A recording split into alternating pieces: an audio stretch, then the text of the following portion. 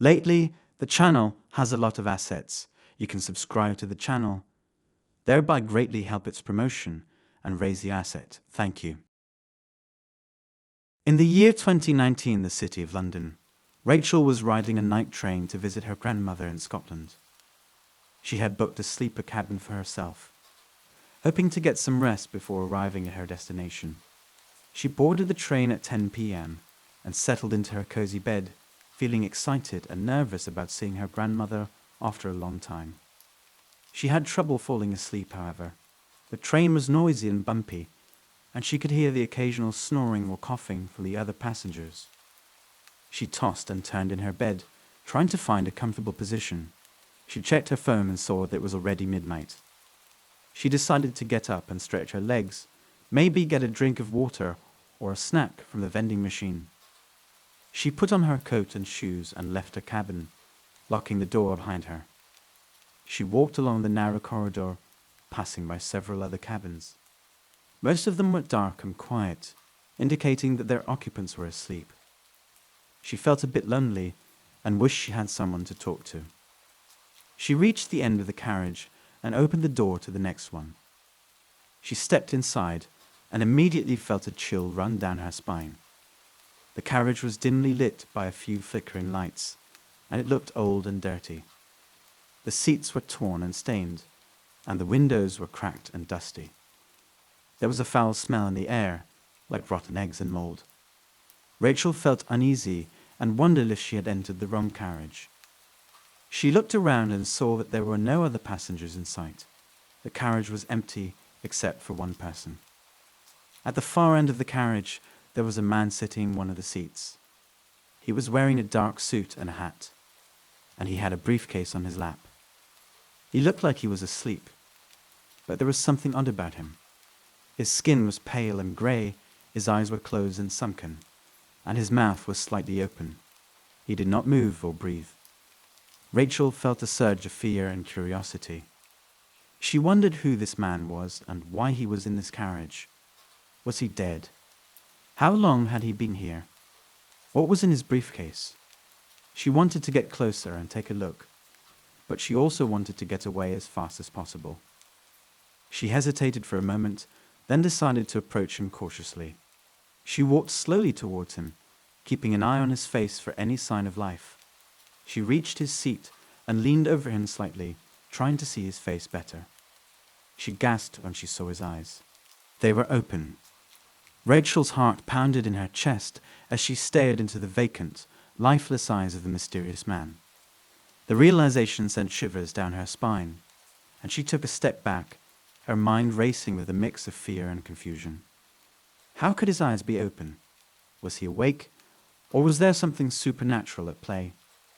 Summoning her courage, Rachel extended a trembling hand toward the man's face, hoping to confirm her suspicions.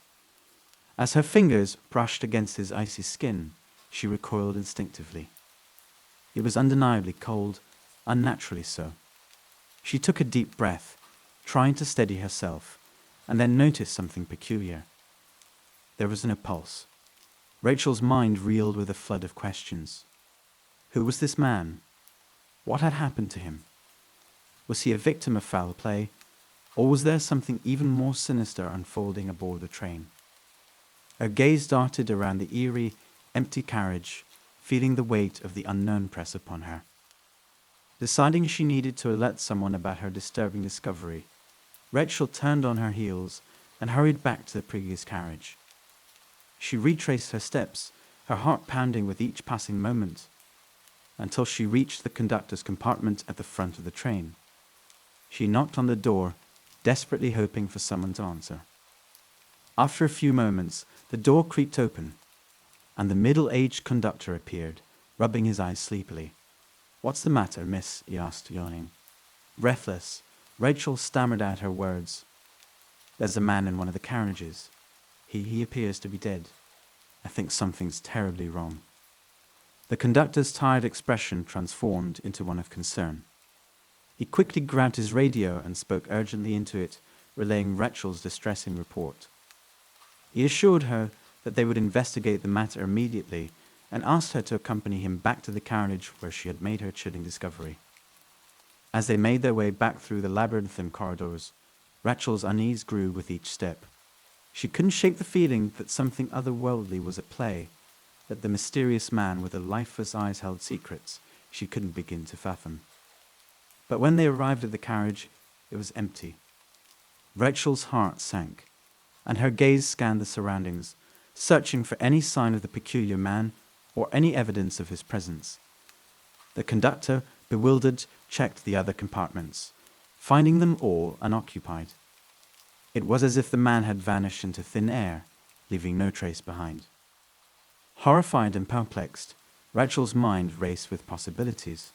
Had she imagined the man? Was it a ghostly apparition? Or was there something more sinister lurking within the confines of the train? With a deepening sense of dread, Rachel and the conductor exchanged worried glances. The questions lingered in the air, unanswered and unsettling.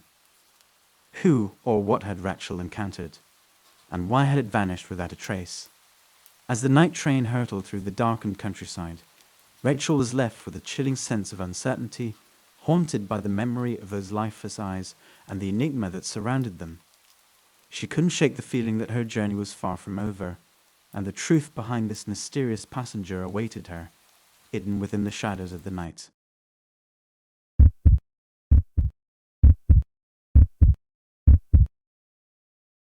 In 2020, a group of friends decided to go on an adventure and explore the underground tunnels through which the night train was passing.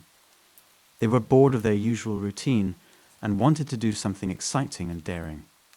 They had heard rumors about the tunnels, that they were haunted by ghosts and monsters, but they did not believe them. They thought it would be fun to see what was hidden beneath the city. They gathered at the entrance of the Forbidden Zone, a fenced-off area near the railway tracks. They had brought flashlights, backpacks, snacks, and water. They also had a map of the tunnels, which they had found online. They waited until the coast was clear, then cut through the fence and entered the zone. They felt a thrill of adrenaline as they crossed the boundary. They followed the map and found an opening that led to the tunnels. They turned on their flashlights and descended into the darkness. The tunnel was narrow and damp, with pipes and wires running along the walls. They could hear the faint sound of water dripping and rats scurrying. They walked for a while until they reached a junction. The map showed that there were 3 possible ways to go: left, right, or straight ahead. "Which way should we go?" asked Jake, the leader of the group. He was tall and athletic, with blonde hair and blue eyes. He was always looking for new challenges and adventures. "Let's go left," suggested Mia, his girlfriend. She was petite and pretty, with brown hair and green eyes. She was smart and curious, but also cautious and sensible. "Why left?" asked Leo, Jake's best friend. He was short and skinny, with black hair and glasses. He was witty and sarcastic, but also loyal and brave. "Because it looks more interesting," Mia said. "Look, there's a sign that says, 'Danger, high voltage.' Maybe there's something cool there." "Or maybe here's something deadly," Leo said. "Maybe we should go right instead. It looks safer." "Surfer is boring," Jake said. "We're here to have fun, not to be safe. Come on, let's go left." He grabbed Mia's hand and pulled her towards the left tunnel. Leo sighed and followed them. He did not want to be left behind. They walked along the left tunnel for a while, until they reached a large metal door with a sign that said, "Authorized personnel only." The door was locked with a padlock. "Wow, this looks promising," Jake said. "Maybe there's something secret behind this door." "Or maybe there's nothing," Leo said. "Maybe it's just an empty room." "Well, there's only one way to find out," Jake said. He took out a pair of bolt cutters from his backpack and cut through the padlock. He opened the door and peered inside. "What do you see?" Maya asked. I see, Jake said. He did not finish his sentence. He screamed and fell backwards, dropping his flashlight. "Jake," Maya shouted. She ran towards him and knelt down beside him. "What happened? What did you see?" she asked. Jake looked at her with terror in his eyes. It was, he stammered. He could not say what he had seen. It was too horrible to describe. Leo picked up Jake's flashlight and shone it inside the room. He wished she had not done that. He saw a pile of corpses, mutilated and bloody, stacked up like firewood. Some of them were wearing uniforms of railway workers or security guards. Some of them were wearing clothes of ordinary people. Some of them were missing limbs or heads or organs. Some of them were still fresh, others were rotten and decayed. Leo felt bile rise in his throat. He dropped the flashlight and stumbled back, his mind reeling from the gruesome sight. The air in the room felt heavy with despair and death. Mia, overcome with horror, held her hand to her mouth, trying to suppress the urge to scream. "We need to get out of here," Leo managed to say, his voice trembling. "We need to go back now." Mia nodded, her eyes wide with fear. They helped Jake to his feet, his face pale and his hands shaking uncontrollably. The group turned around and hurriedly made their way back through the tunnel, retracing their steps in a frantic race to escape the nightmarish scene they had stumbled upon. As they moved through the darkness, their footsteps echoed loudly, making them feel as if they were being pursued. Whispers seemed to surround them, voices barely audible, but filled with malice and despair. The oppressive atmosphere weighed heavily on their hearts, making every breath a struggle. Their pace quickened, driven by the instinct to flee from the horrors they had witnessed. The once exciting adventure had transformed into a desperate struggle for survival. The tunnels, once seen as a thrilling mystery to unravel, now seemed like a labyrinth of dread and torment. Finally, they reached the entrance of the forbidden zone. Gasping for breath, they burst through the fence and stumbled into the open air. The sounds of the city were a welcome relief, a reminder of the normalcy they had temporarily left behind. They collapsed on the ground, their bodies trembling with a mixture of exhaustion and terror. "We should have listened to the warnings," Mia whispered, tears streaming down her face. "We should have known better." Leo nodded, his voice filled with regret. "We were foolish, so foolish." Jake, his face still etched with horror, looked at his friends. "Promise me," he said, his voice weak but determined. "Promise me that we'll never come back here. That we'll forget this nightmare and move on with our lives." Mia and Leo nodded in agreement, their eyes filled with a shared understanding. They had learned a harrowing lesson, one that would forever remain etched in their memories. With a sullen vow, they promised to leave the tunnels and their haunting secrets behind, never to return. As they walked away from the forbidden zone, their hearts heavy with the weight of what they had witnessed, they silently vowed to cherish the safety and comfort of the ordinary world. Some mysteries were better left untouched, some adventures were better left unexplored, and they, having tasted the darkness that lurked beneath the surface, were forever changed by the horrors they had encountered in the depths of the underground tunnels.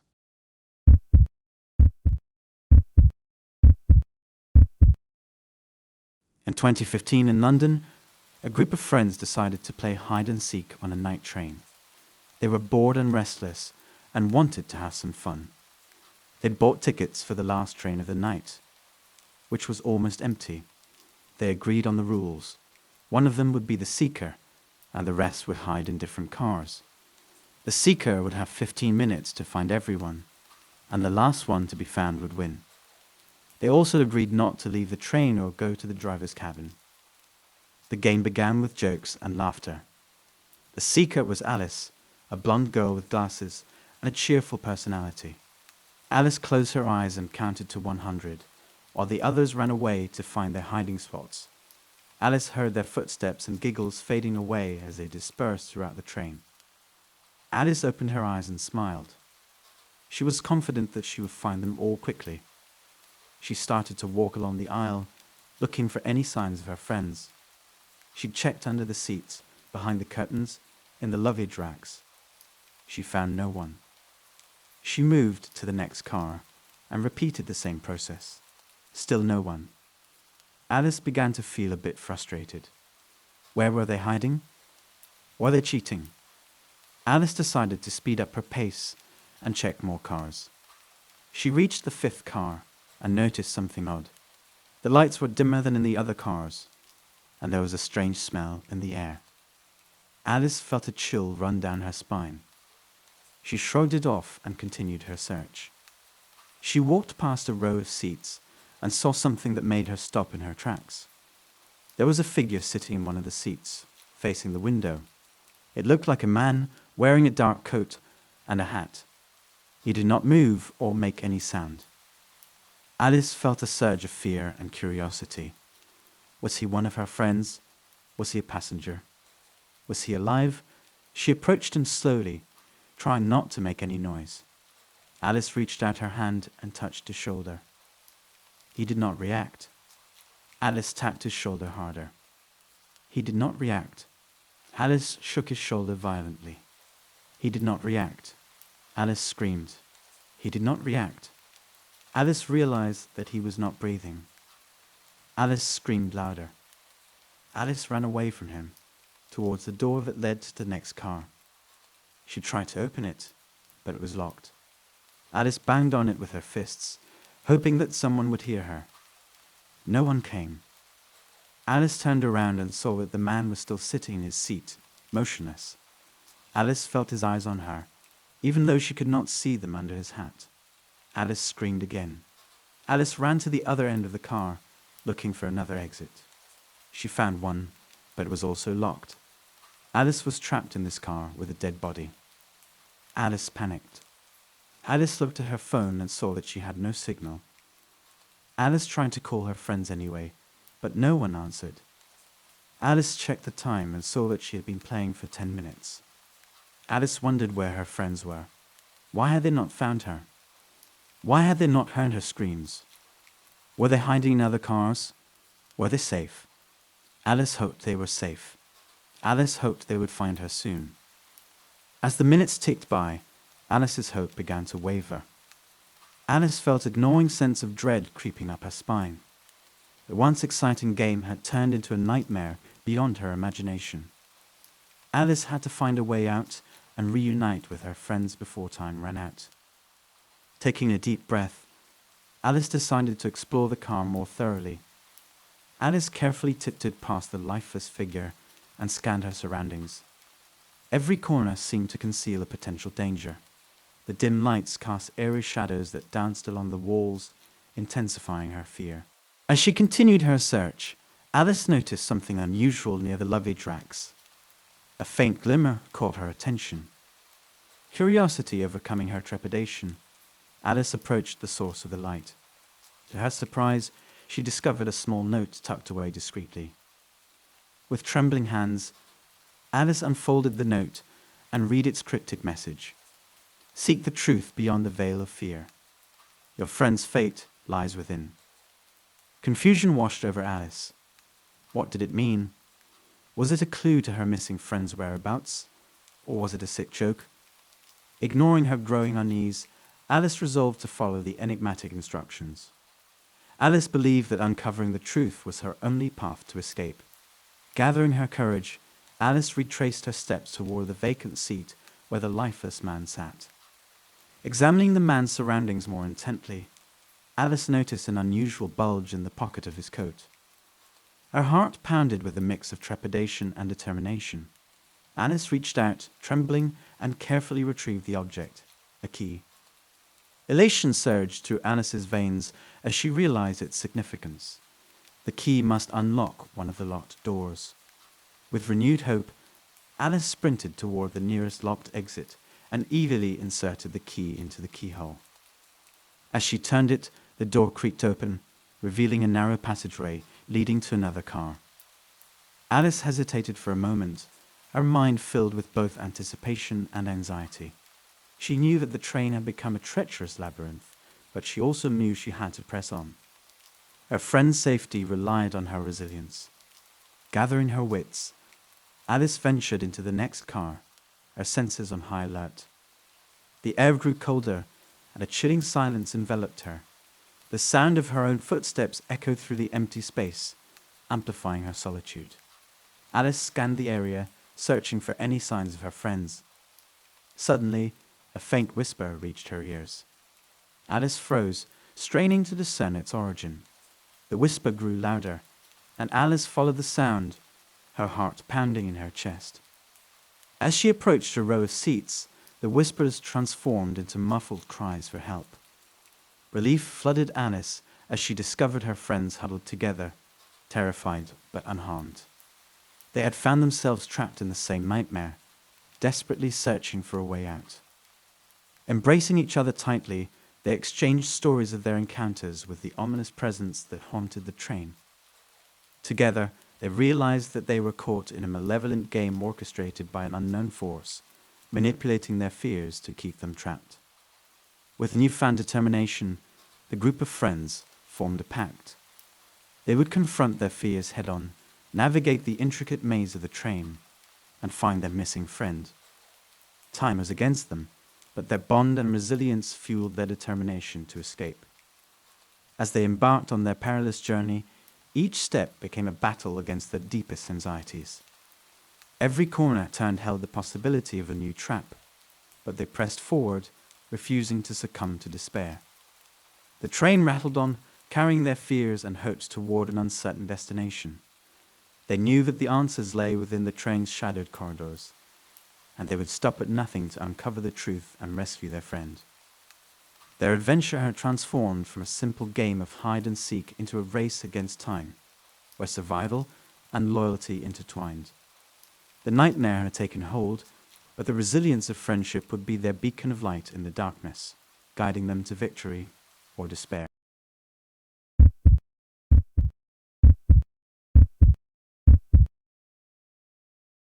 In 2018 in Paris, Rebecca boarded an overnight train to reach her destination.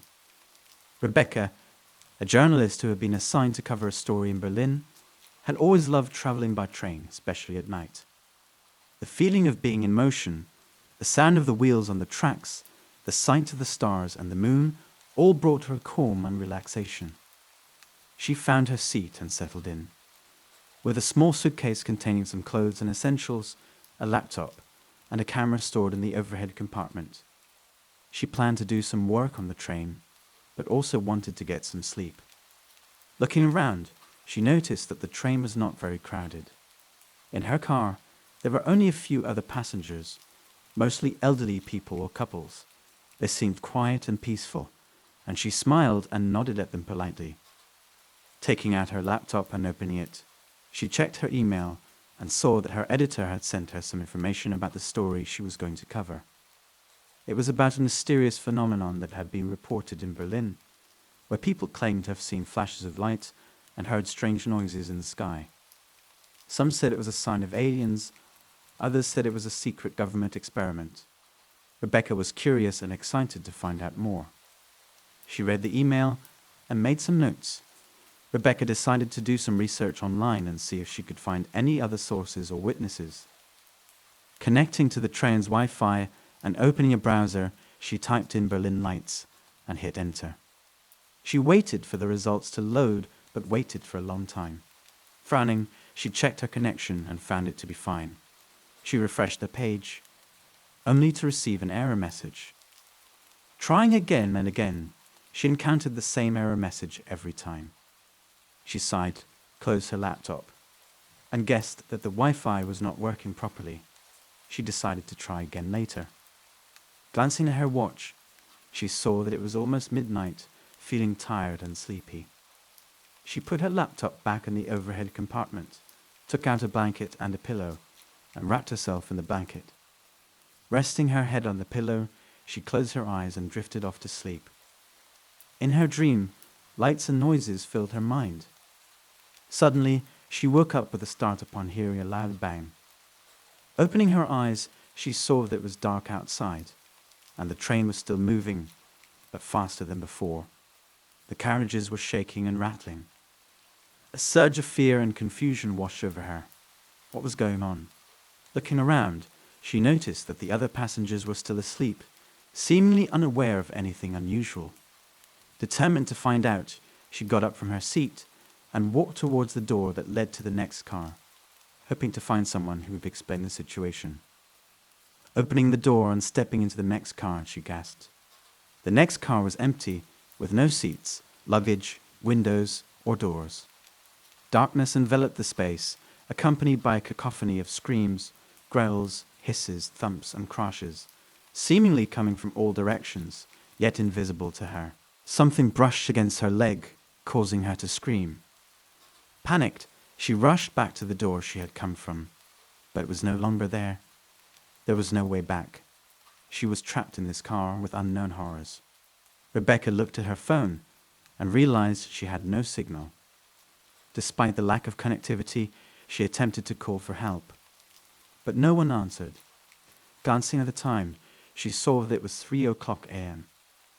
Wondering where she was and why the train had deviated from its usual route, she pondered what these creatures filling the car could be.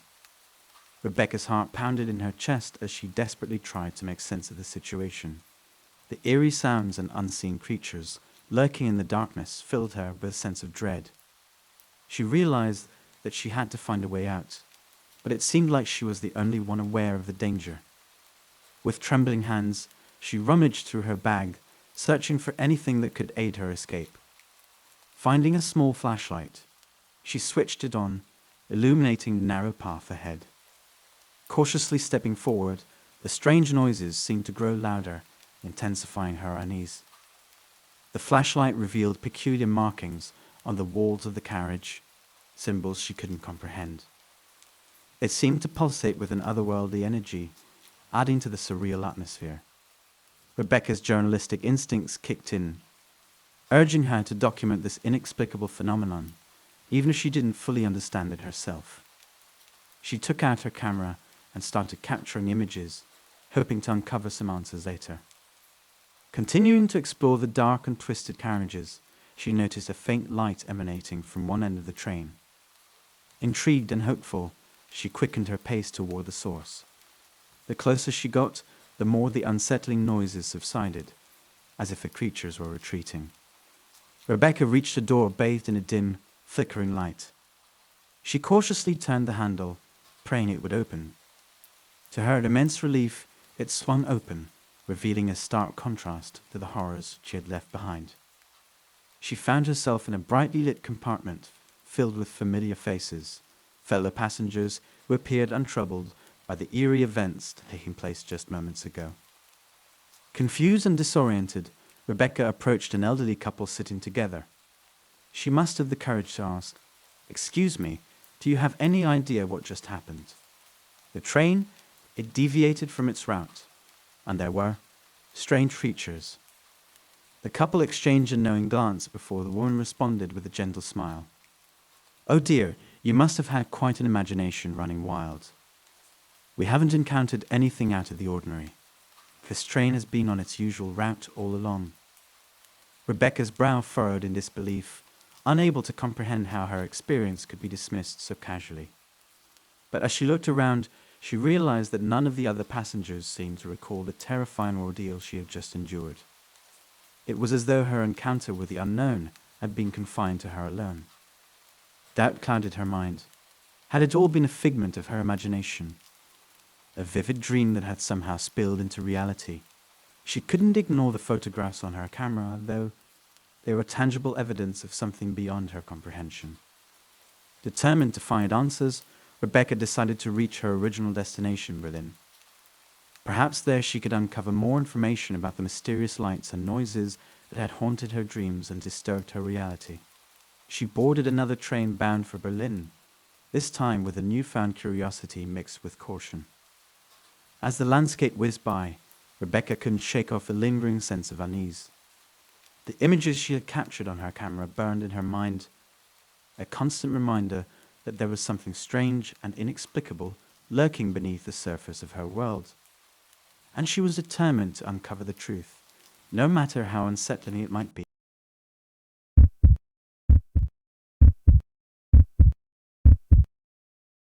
In 2015 in New York, Tom took the train on an overnight trip.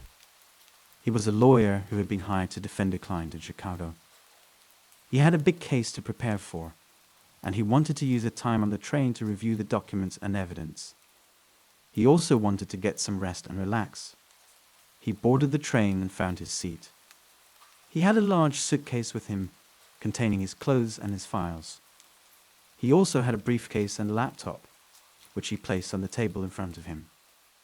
He planned to do some work on the train, but he also wanted to enjoy the scenery and the comfort. He looked around and saw that the train was quite luxurious.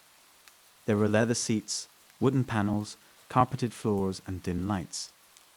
There were also screens on the walls showing movies and shows. There were speakers on the ceiling, playing soft music. There were buttons on the armrests, which Tom could use to call for service or adjust the temperature. Tom smiled and leaned back in his seat. He felt pampered and privileged. He decided to treat himself to a drink and a snack. He pressed a button and waited for someone to come.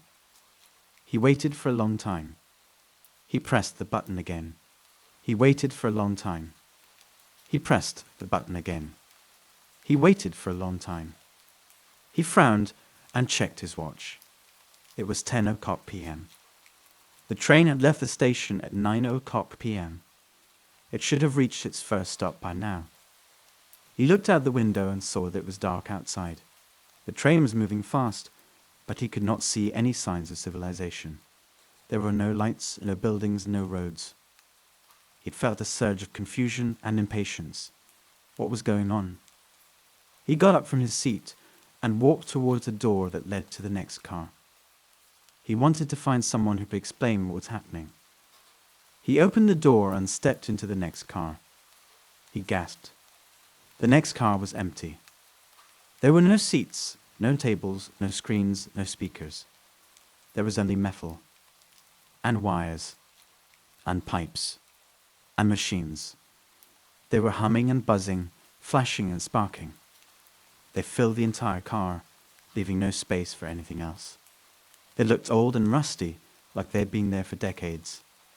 They looked dangerous and unstable, like they could explode at any moment. Tom felt a surge of fear and curiosity. What were these machines? What were they doing? Why were they on this train? He approached one of them cautiously, trying not to touch anything. He saw a label on it that read, "Time dilation device." He blinked. What did that mean? He looked at another machine that read, "Reality distortion field." He blinked again. What did that mean? He looked at another machine that read, "Quantum entanglement generator." He blinked again.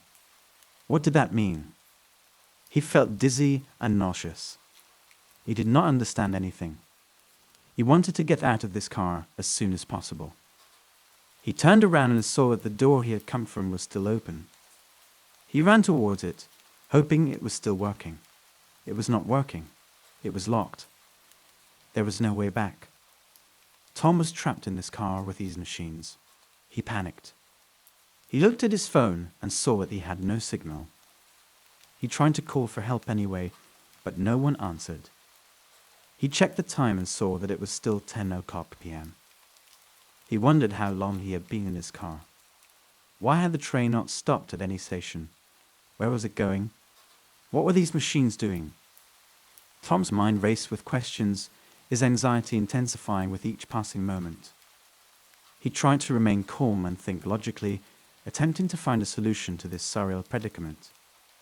He decided to explore the other cars, hoping to find an explanation or someone who could help. He cautiously moved through the car filled with machines, careful not to disturb anything. As he stepped into the next car, he was greeted with an equally eerie sight. This car was different from the previous one, but it was no less bizarre. It was transformed into a whimsical garden, complete with blooming flowers, lush greenery, and a vibrant blue sky painted on the ceiling. Tom couldn't believe his eyes. What had happened to the train? How had it become an amalgamation of inexplicable phenomena? With a mix of awe and apprehension, he ventured further, exploring each bizarre car he encountered. In one car, he found a miniature circus, with acrobats twirling through the air, clowns juggling colorful balls, and a ringmaster announcing acts that seemed to defy the laws of physics. In another, he stumbled upon an underwater sanctuary, where fish swam gracefully through an illusionary ocean, and seaweed, danced to an unheard melody. Each car presented a new spectacle, pushing the boundaries of his understanding. The train had become a realm of the impossible, an enigma that seemed to be mocking him at every turn. Tom's hope dwindled as he realized that escaping this surreal nightmare would be no easy task. As he continued his exploration, he encountered a door that differed from the others. It stood out, exuding an aura of mystery. Without hesitation, Tom opened it and found himself facing a pitch-black void. The door closed behind him, leaving him enveloped in darkness. Fear gripped him, but he gathered his courage and took a hesitant step forward. Suddenly, a faint light appeared in the distance, drawing him closer. With each step, the light grew brighter, revealing a strange, ethereal landscape.